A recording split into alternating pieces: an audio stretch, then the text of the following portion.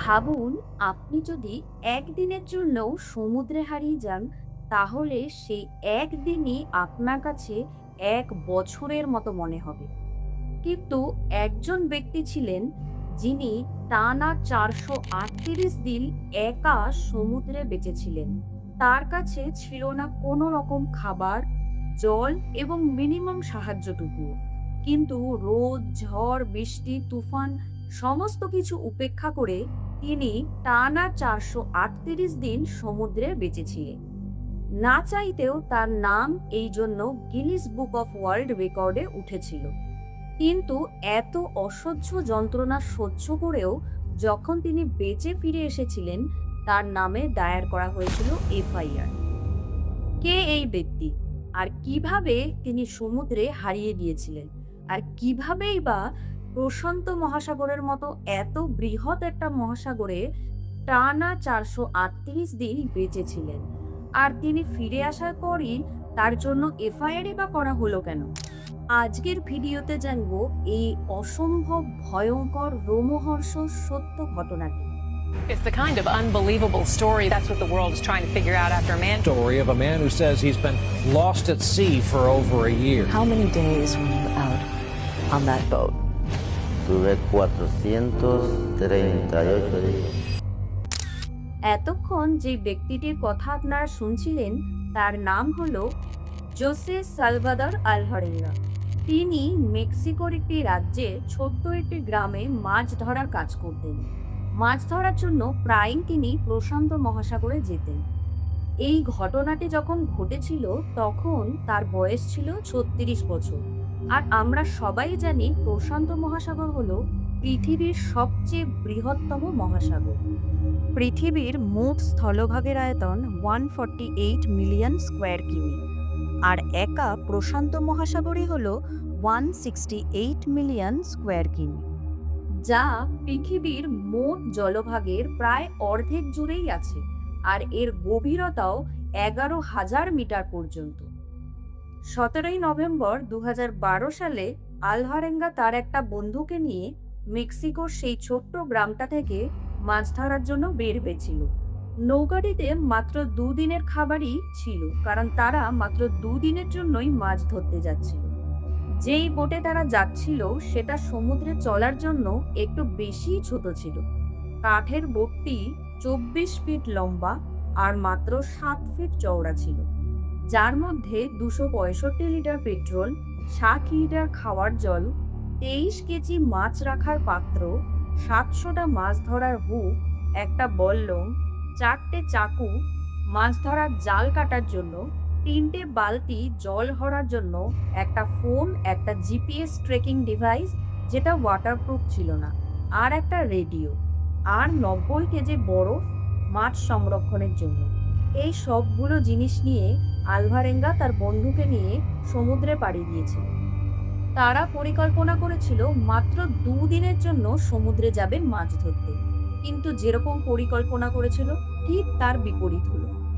তারা এমন এক ভয়ঙ্কর বিপদের মুখে পড়ল যে তাদের মধ্যে একজনকে টানা ৪৩৮ দিন সমুদ্রে একাই বেঁচে থাকতে হয়েছিল। তারা যখন প্রশান্ত মহাসাগরের গভীরে প্রায় ১১৫ থেকে ২০ কিলোমিটার দূরে ছিল, তখনই হঠাৎ আকাশ অন্ধকার হয়ে আসে।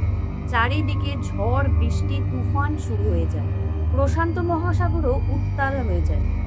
এমন অবস্থায় তারা মনে করে সেখানে থাকা তাদের জন্য একদমই সেফ নয়। তখন তারা নৌকাটিকে আবার উল্টো দিকে, মানে স্থলভাগের দিকে নিয়ে আসার চেষ্টা করে। তারা সেই মতো স্থলভাগের দিকে অনেকটা চলে এসেছিল। যখন নৌকাটি স্থলভাগ থেকে প্রায় ২০ কিলোমিটার, অর্থাৎ তারা দূরে স্থলভাগের সীমানাও দেখতে পাচ্ছিল অল্প অল্প, তখনই তাদের ভাগ্য তাদের সাথ ছেড়ে দিল। তাদের ইঞ্জিনটি, মানে নৌকার ইঞ্জিনটি একদম নষ্ট হয়ে গেল। তারা কিছুতেই সেই নৌকার ইঞ্জিন আর ঠিক করতে পারল না। ইঞ্জিন বিকল হওয়ার সাথে সাথেই দিক নির্দেশক যন্ত্রটিও কাজ করা বন্ধ করে দিল। তখন তাদের কাছে একটি মাত্র উপায় বাকি রইল, রেডিও। রেডিওর মাধ্যমে তারা তৎক্ষণাৎ তাদের বসের সাথে যোগাযোগ করার চেষ্টা করল।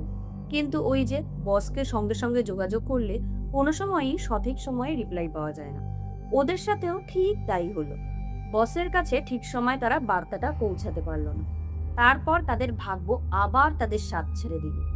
রেডিওটির ব্যাটারি শেষ হয়ে গেল এবং রেডিওটি কাজ করা বন্ধ করে দিল। তখন তাদের কাছে আর কোনো উপায় বেঁচে থাকলো না। তাদের নৌকাটি তখন জলের স্রোত যেই দিকে ভেসে যাচ্ছিল, নৌকাটিও সেদিকে ভেসে যাচ্ছিল।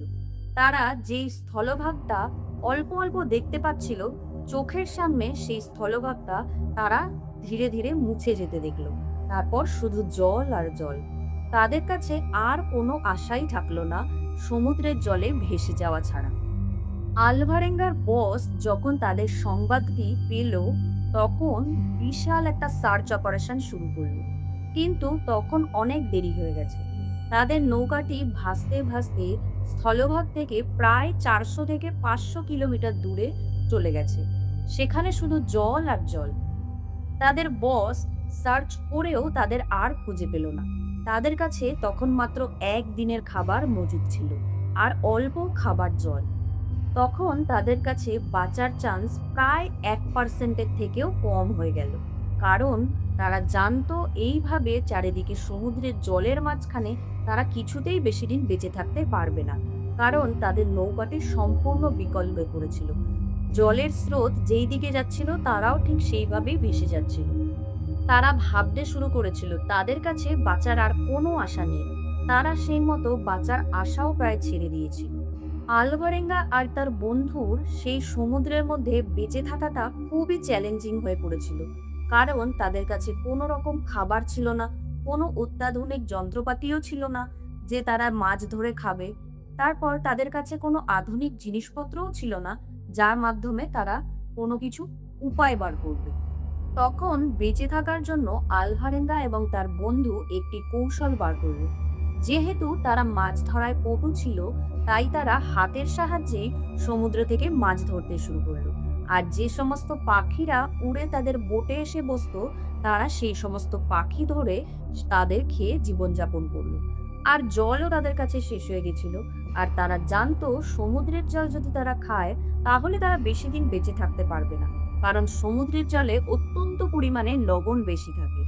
তাই জন্য তারা কি করলো, যখন বৃষ্টি হলো সেই বৃষ্টির সময় বৃষ্টির জল তারা ধরে রাখতো এবং সেই জল খেয়ে খেয়েই তারা জীবনযাপন করছিল। এইভাবে তারা বেশ কিছুদিন কাটাচ্ছিল। কিন্তু একাকিত্ব ধীরে ধীরে তাদের গ্রাস করতে থাকে। এতটা অমানবিক কষ্ট আর যন্ত্রণা যে কল্পনারও বাইরে। এই মানসিক চাপ সহ্য না করতে পেরে আলভারেঙ্গার বন্ধু 4 মাস পরে জলে ঝাঁপ দিয়ে সুইসাইড করে। তখন আলভারেঙ্গা সম্পূর্ণ একা হয়ে যায়। প্রশান্ত মহাসাগরের মতো গভীর মহাসাগরে তিনি ভাসতে থাকে। তিনি নিজেও জানেন না তিনি কোথায় ভেসে চলেছেন, কারণ চারিদিকে শুধু জল আর জল আর নীরবতা। নৌকাটি ভাসতে ভাসতে এমন একটি জায়গায় চলে গেছিল যেখান থেকে কোনো বড় শিপ বা কার্গো যাওয়ারও সম্ভাবনা ছিল না। সেটা কোনো রুটই ছিল না। এইরকম ভাবে একা থাকতে থাকতে আলভারেঙ্গাও খুব হতাশ এবং বিষণ্ণ হয়ে পড়ে। কিন্তু 6 মাস পরে আলভারেঙ্গা আবার একটি আশার আলো দেখতে পায়। একটি কার্গো জাহাজকে আলভারেঙ্গা দূর থেকে দেখতে পায়। তখন তিনি হাত নেড়ে চিল্লিয়ে সেই কার্গো জাহাজকে ইশারা করতে থাকে। কিন্তু অত বড় জাহাজের সামনে তার বোটটি ছিল খুবই ছোট।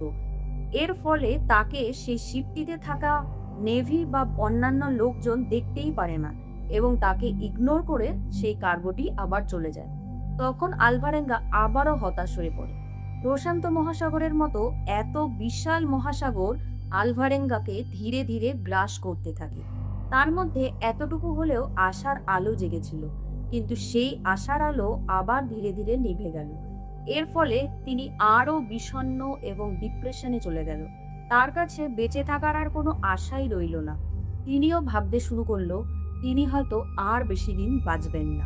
এই অসহ্য কষ্ট, যন্ত্রণা আর একাকিত্বকে নিয়ে আলভারেঙ্গা এক একটা দিন কাটাতে লাগলো। এক একটা দিন যেন তার কাছে এক এক বছরের সমান। কিন্তু একদিন প্রায় 14 মাস পরে তার ভাগ্য খুলে গেল। 2014 সালের 30শে জানুয়ারি তিনি সমুদ্রের জলে কিছু নারকেল ভেসে থাকতে দেখেন। সেই নারকেলগুলো দেখেই তার মনে হয়েছিল নিশ্চিত কাছাকাছি কোনো দ্বীপ আছে, কারণ দ্বীপ থাকলেই তিনি জানতেন যে নারকেল বা কোনো রকম খাবার জিনিসপত্র সমুদ্রের জলে ভেসে থাকতে পারে।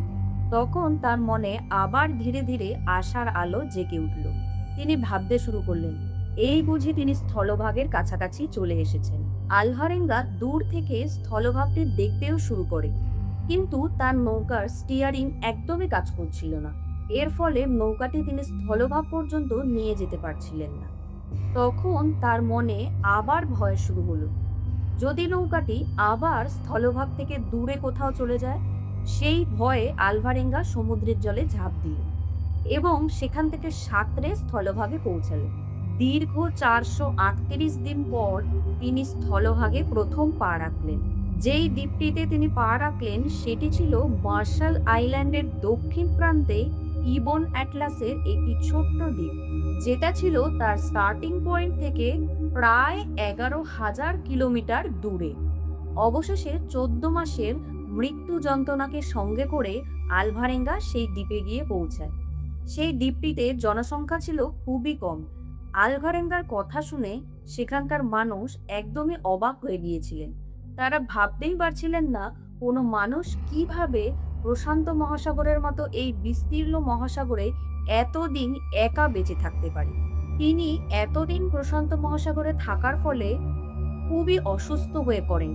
তখন স্থানীয়দের সাহায্যে তিনি একটু সুস্থ হলে আবার নিজের দেশে ফিরে যান। কিন্তু নিজের দেশে ফিরে যাওয়ার পর এত যন্ত্রণা কষ্ট সমস্ত কিছু সহ্য করে তিনি দেশে ফিরে গিয়েও তার শান্তি ফিরল না, কারণ তার নামে দায়ের করা হলো এফআইআর।